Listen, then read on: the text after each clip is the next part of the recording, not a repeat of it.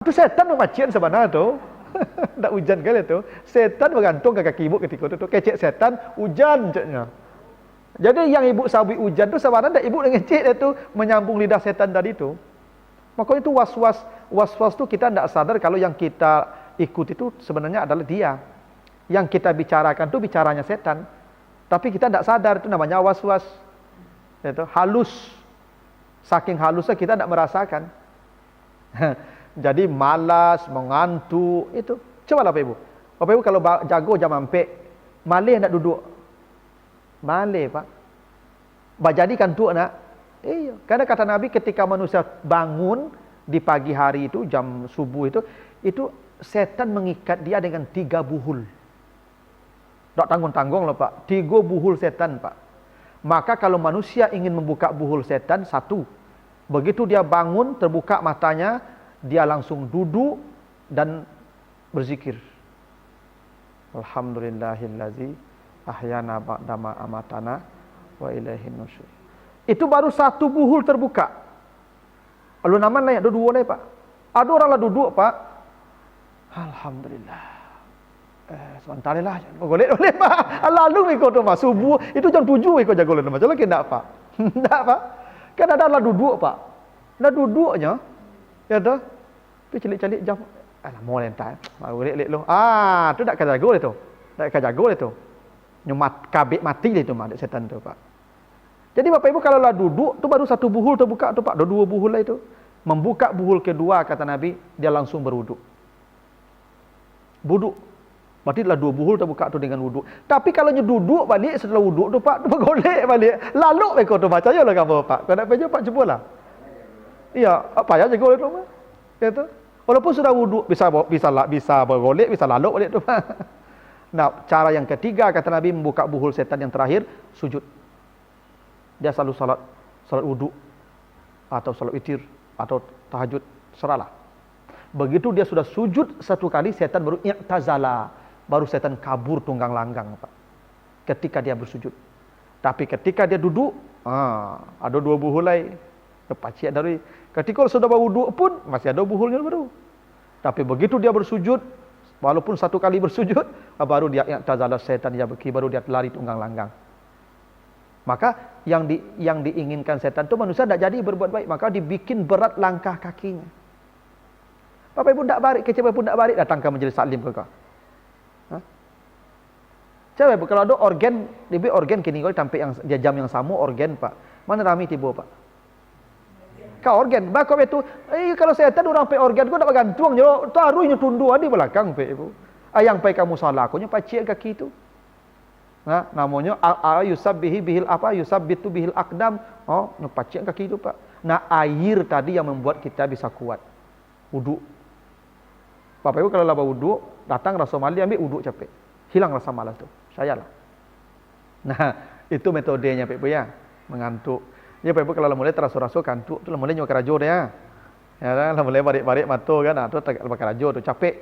1 zikir, auzubillahi minasyaitonirrajim. Kalau ndak yo taluklah, wuduk leh. Tu makanya marah tu kan dari setan juga kata Nabi kan. Al-ghadabu minasyaitan, marah tu dari setan. Tu maka ubek marah tu, ya Pak, mandi. Hendak mandi, wuduk. Marah tu dari setan Pak. Makanya orang berang tu kan tak bantu orang loh Pak. Tidak bantu orang berang tu Pak. Ya kan, mau muka merah, mata merah, telinga merah, rasa doa Pak. Setan dari api merah Pak. Tu maka kadang-kadang ibu-ibu kau tak sadar ngecek kan, berang ke anak bangkit setan dan jangan. Ya itu Pak, memang jadi setan tu. Ya. Memang manusia marah tu, makanya kalau marah manusia tu tidak usah dijawab, tidak usah direspon. Kenapa? Dia sedang dikuasai setan. Makanya ubek marah tu berwuduk Pak. Ya. Gila tu kan dikuasai setan juga Pak. Makanya orang gila kok majnun namanya Pak. Majnun dari kata jin. Jadi majnun tu yang dikuasai jin Pak. Makanya ubek gila tu Pak mandi. Pak kagadi tu cara ubek orang gila tu mandi Pak tengah malam. Tu ubek gila tu Pak. Maka orang mandi orang gila takut jai Pak. Nak mandi. Orang pikun tu dikuasai setan tu Pak, jin. Makanya orang pikun tu rusak akalnya kan. Maka orang pikun takut mandi je lagi enggak Pak. Semua orang pikun takut mandi Pak.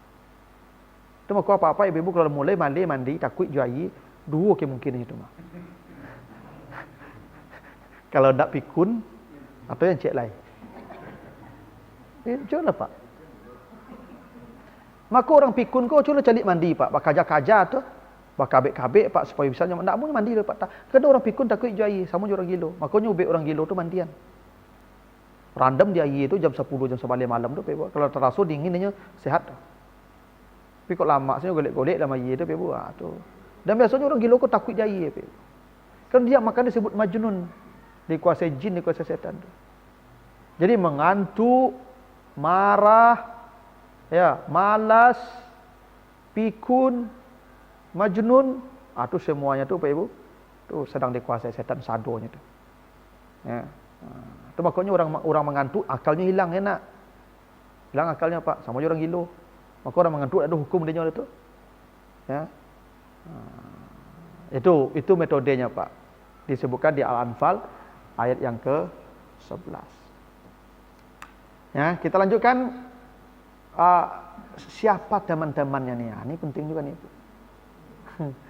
Siapa kawan-kawan setan kau Pak? Ya, banyak, ada 13 jenis kawannya, banyak ternyata kawannya Bu. Ya, kita bahas saja beberapa di antaranya. 1, surah Al-Isra ayat 27. Kata Allah, innal mubazzirina kanu ikhwanas syayatin. Jelas. Siapa tu kawan setan? Orang yang hidupnya mubazir. Apa itu mubazir? Dia memiliki sesuatu yang di luar kebutuhannya. Itu namanya mubazir. Jadi mubazir itu Pak Ibu, dia memiliki sesuatu yang tidak dia butuhkan. Mubazir. Bisa makanan, bisa pakaian, bisa kendaraan, bisa rumah. Ibu-ibu, awak berdua saya di rumahnya. Ya, la pensiun kedua-duanya. Sambal sameja apa buik. Itu kawan setan kedua-duanya itu. Ya. Kalau la pensiun berdua kau Pak masih nasi bungkus saya itu makan berdua tu atau campak daun dia lah. Itu Pak. Maka sameja sambal itu mubazir, tak kebutuhan tu nak dimakan tak sebanyak tu tu. Tak kabi lah, yakinlah kamu. Aku bulan puasa tu Pak Ibu cara menghancurkan ibadah manusia mubazir. Aku bulan puasa ku ibu banyak mencampak sambal. Ya tak? Banyak mencampak makanan. Tu kawan setan tu ibu-ibu. Tu makanya kata Nabi itu ya dalam agama tu kalau makan itu yang habis tak boleh mubazir. Maka Nabi contohkan kalau makan yang jatuh pun Nabi pilih kembali. Yang di piring tu Nabi ambil, Nabi jilat tangannya, Nabi cuci piringnya, diminum airnya. Supaya apa? Tidak ada satu pun yang terbuang dari makanan. Mubazir itu kawan setan tu. Itu makanya ibu-ibu bulan puasa ukur kebutuhan perut dengan apa yang kita beli. Tak sado nampak tu di Bali tu ibu-ibu. Kau banyak ibu-ibu dapat di setan kau. Ya. Itu yang nak kebutuhan namanya Pak. Kalau menjual apa sebanyak tu orang mengalih. Tapi kan tak sado mengalih tu di Bali tu.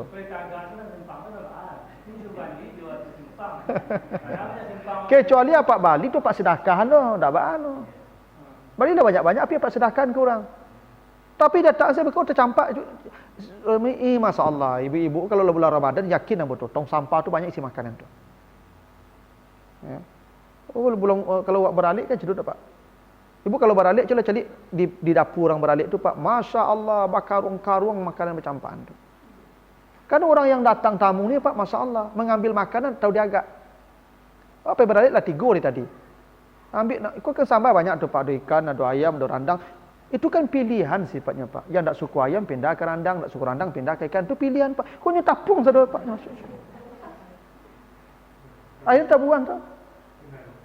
Iya. Ikut dia amplop tui Pak ugi mik cik. Itu. Ini mubazir tu. Tak boleh begitu Pak Ibu. Ambil yang kabi. Makanya ibu kalau makan anak-anak tu kecek-kecek anak kabi ambil ya. Kok beko kok bertambu lah. Tapi habis. Jangan dibiasakan dari kecil ni membuang-buang Pak. Mubazir tu kawan setan. Allah sebut begitu. Sudah kawan setan di mana lagi tempat kita? Pasti dia kalau kawan itu sama aja kawan tu Pak. Neraka lah tempatnya lagi. Itu. Ibu baju di rumah 2 lemari. Tiap beralik ambil baju, tiap beralik ambil baju. Tu kawan setan tu. Ya kan tak kebutuhan namanya lagi tu. Ibu-ibu makan di baju di lemari itu tolong sortir lah. Berapa yang ibu pakai? Yang tak pakai kasihlah, bagilah leh. Jangan mubazir. Sepatu macam tu loh Pak. Asal beli jilbab, beli sepatu, beli baju, pokoknya matching dari. Tas cik. Ibu-ibu tu kalau pakai beli bajunya saset Pak. Ini harus matching. Dari ujung rambut sampai ujung kaki. Jadi jilbab, baju cik, sepatu cik, tas cik. Lipstick, yolah Pak, lipstick. Warna lipstick sama warna jilbab Pak. Tak bisa beda tu. Itulah kawan lalu je setan saya Pak tiap malam tu. Itu mubazir namanya itu. Yang kecuali kebutuhan. Kalau kebutuhan pakailah. Itu. Apa misalnya apa yang otonya dua di rumah itu bisa jadi kawan setan tu Pak. Oke kawan cik mana dua-dua mana?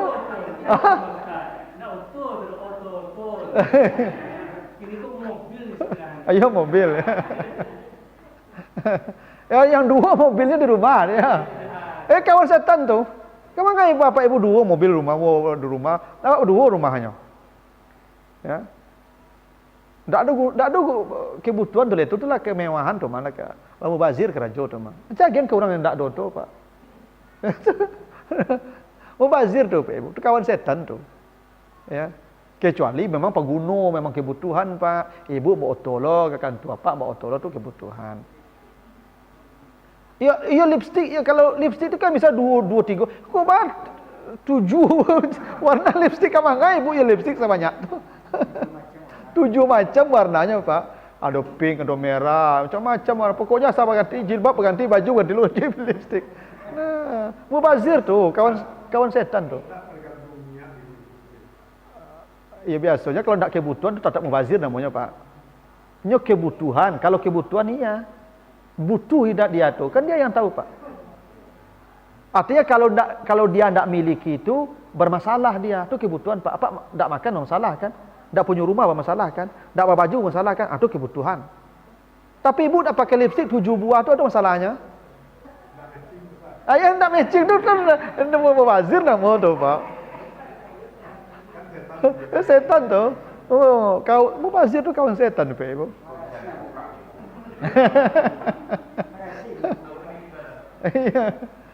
Kecuali memang paguno, maka ada cerita aja kok kan cerita Pak Ibu tu.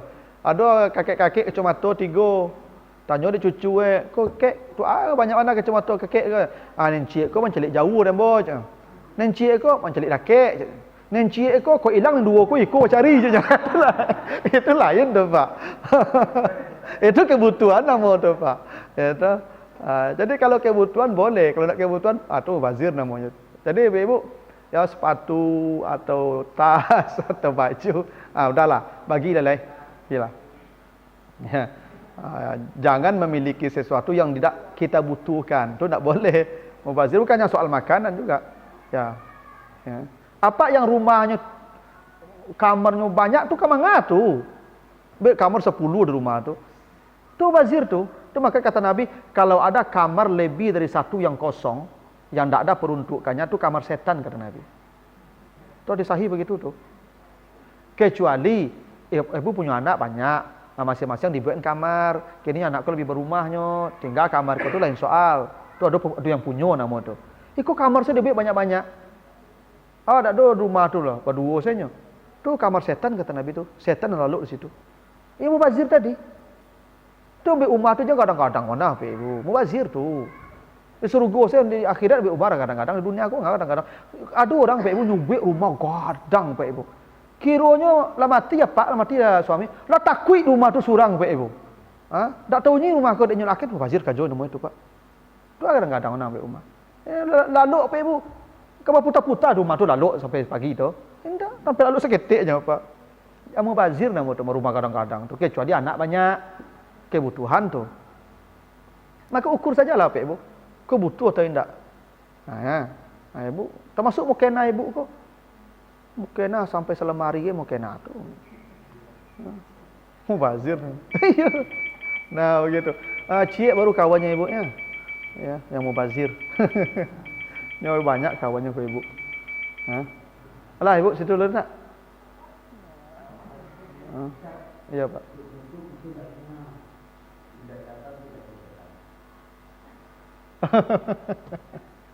Ya pidato saya.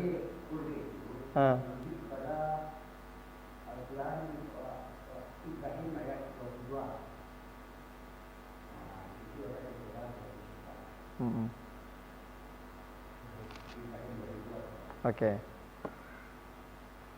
Ini sebagai penutup ya kita bacakan pidato setan. Tapi kawan-kawan jadi lu sudah deh Pak. Nanti kita bahas ya. Nanti kita bahas. Ikan ala cik itu ya. Beko tiba di rumah Pak kok. Kawan setan juga aja. Oke lah kita baca dulu ya. Ini. Wa qala syaitan lamma qudiyal amru innallaha wa'adakum wa'dal haq wa wa'adtukum fa akhlaftukum wa ma kana li alaikum min sultanin illa an da'awtukum fastajabtum li fala talumuni wa lumu anfusakum ma ana bimusrikhikum wa ma antum bimusrikhi inni kafartu bima asyraktumuni min qablu innaz zalimina lahum azabun alima.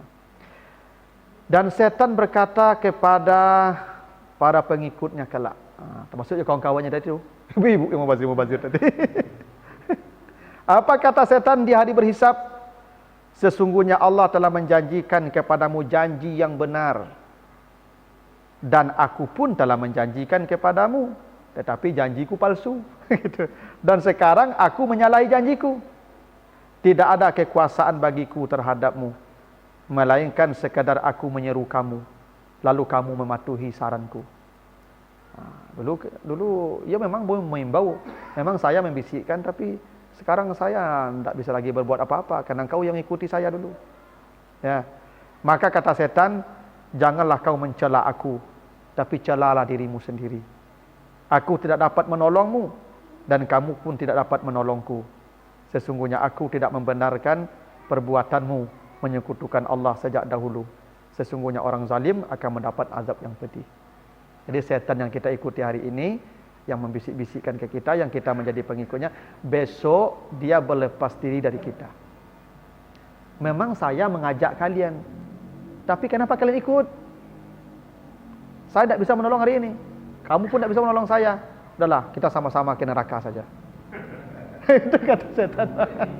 Itu pidato setan yang heroik ya Pak ya.